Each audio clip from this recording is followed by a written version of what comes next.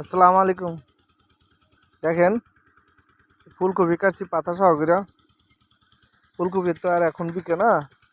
দেখেন কত ভালো ভালো কপি। দেখেন পরিষ্কার একদম সাদা ফরফরা। এই কপি বিকে 3 টাকা 4 টাকা। আজকে 28 কপি 120 টাকা বিক্রি করছি।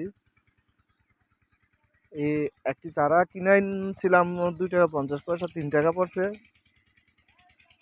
এক একটা কপি আপনার 8 থেকে 10 টাকা খরচ জমিনে। আর সেই কপি এখন বিক্রি করতেছি 3 থেকে 4 টাকা। সিম আপনার 10 থেকে 12 টাকা কেজি। দেখেন আমাদের সিম কি সুন্দর সিম ধরছে। হ্যাঁ, আমরা কৃষক যারা আছি সবারই এখন লস। এক একটা কৃষকের 4 থেকে 5 লক্ষ টাকা পর্যন্ত ক্যাশ অগ্রিম টাকা খরচ করছি। এখন এই টাকা ঘরে যাওয়ার দূরের কথা, প্রতিদিন যে কামলা লই এই কামলা টাকাই ওঠে না। এই কামলা টাকা একটি কপি যখন 40 থেকে 50 টাকা বিক্রি হয়, সিম যখন 70 থেকে 80 টাকা বিক্রি হয়, তখন সাংবাদিকরা এটা নিয়ে মাথা ঘামায়, এটা নিয়ে ভিডিও ছাড়ে, এটা নিয়ে এরা প্রতিবেদন করে। কিন্তু এখন যে কৃষকের সবজি বিকতেছে না, এই এখন আর কেউ এটা নিয়ে ভিডিও করে না, কেউ ভিডিও ছাড়েও না, কেউ প্রতিবেদনে লেখে না, লেখালেখিও করে না।